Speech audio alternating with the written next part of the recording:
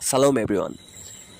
जिस देश में नारी शक्ति को बहुत सम्मान दिया जाता है, महिलाओं को एक देवी का दर्जा दिया जाता है, उसी देश के सड़क में खड़ा करके एक अनजान मूर्ख इंसान दो बहनों को धमकाते हुए ये दोष लगा रहा है कि तुम लोगों को चर्च में लेके जाते हो, उन लोगों का धर्म परिवर्तन करते हो, बार बार मसीहत को बढ़ावा देने का, धर्म परिवर्तन का दोष लगाकर बार बार धमका रहा है। मैंने पहले भी बताया कि जिस देश में नारियों को इतना सम्मान दिया जाता है, उसी देश के सड़क में आज दो बहनों के ऊपर एक अनजान इंसान उंगली उठा रहा है।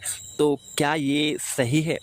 क्या ये गलत नहीं है? क्या ये संविधान के विरोध नहीं है? क्या मसीह हो जाने से नारी का जो सम्मान है, क्या वो हमारे देश में घट जाता है?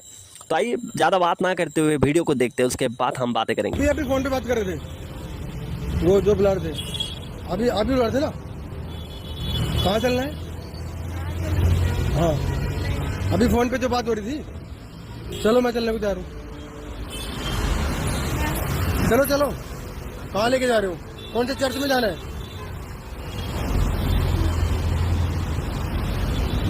हम वो भी आ रहे हैं। चलो हम चलते हैं। चलो चलो चलो। लोगों का धर्म तुम यहाँ वो बदलवा रहे हो ना, लोगों को ईसाई बना रहे हो ना, बैका बुदला के। वेगस में भी तुम आते हो ना? नहीं क्यों आते हो? नाम क्या है तुम्हारा? नाम क्या है? नाम बताओ, नाम बताओ अपना, जोर से बताओ। विद्या। और क्या करते हो बताओ? नहीं बताओ, किस लिए बुलाते हो? फोन करके किस लिए बुला रहे हो? किस लिए बुलाया है? अभी किस लिए बुलाया? कहाँ लेके जा रहे हो? अरे कहाँ किस चीज की मीटिंग है? तो संडे है तो किस चीज की मीटिंग है? रैंडम आदमियों के साथ क्या मीटिंग होती है? अब बताओ। कौन प्रभु? कौन प्रभु? नाम बताओ ना। कौन प्रभु?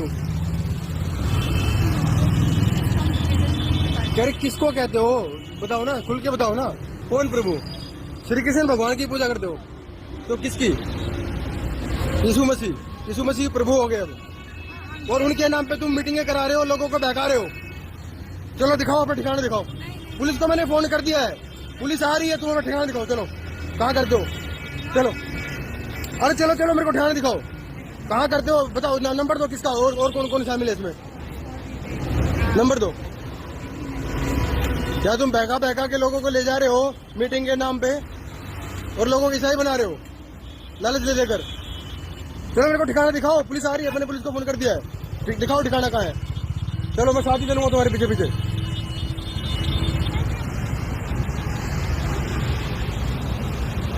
चलो दिखाओ ठिकाना, बुलाओ जिसको बुलाना है। यहाँ तुम लोगों को बहला के ले जा रहे हो चर्च में, और उनको ईसाई बना रहे हो। प्रभु की यीशु कब से प्रभु हो गए?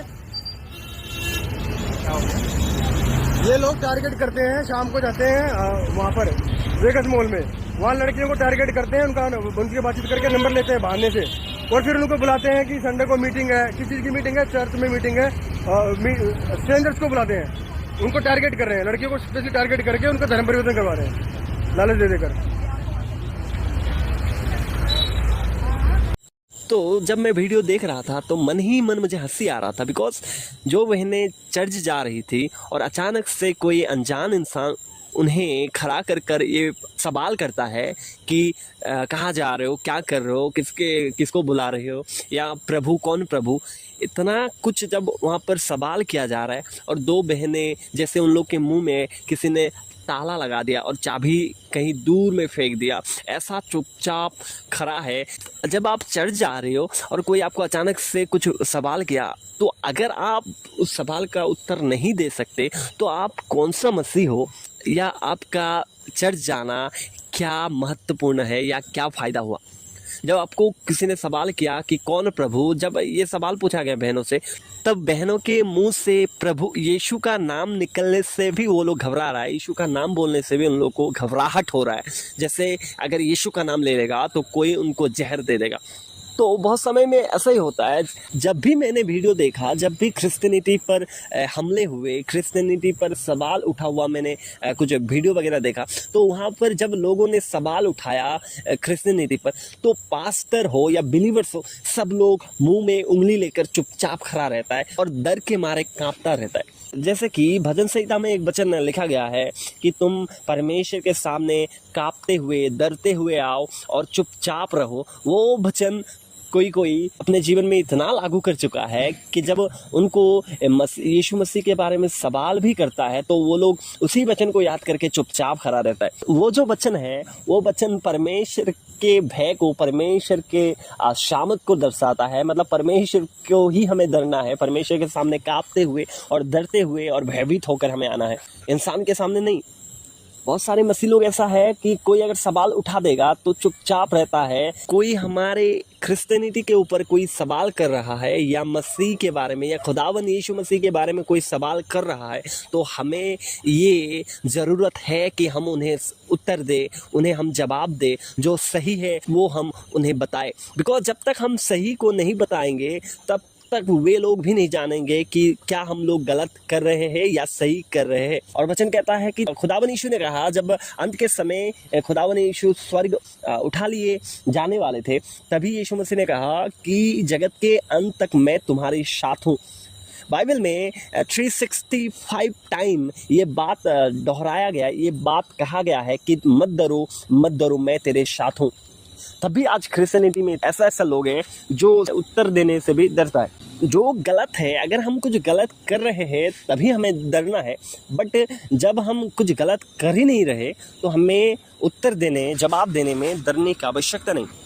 जब हम कुछ गलत नहीं कर रहे तो हमें कभी भी डरना नहीं है। बिकॉज हमें परमेश्वर का वचन बताता है कि जो तुम्हारे शरीर को घात करेगा उनसे मत डरो, बट जो शरीर और आत्मा को घात कर पाएगा उससे डरो।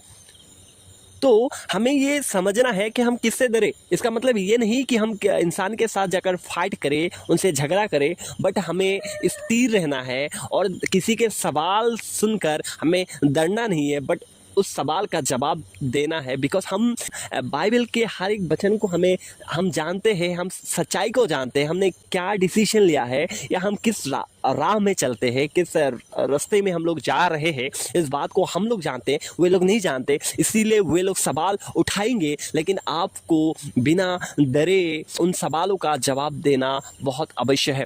बिकॉज अगर आप सवालों का उत्तर नहीं देंगे तो आप भी दोषी ठहरेंगे और साथ में खुदावंद यीशु को भी आप दोषी ठहराएंगे।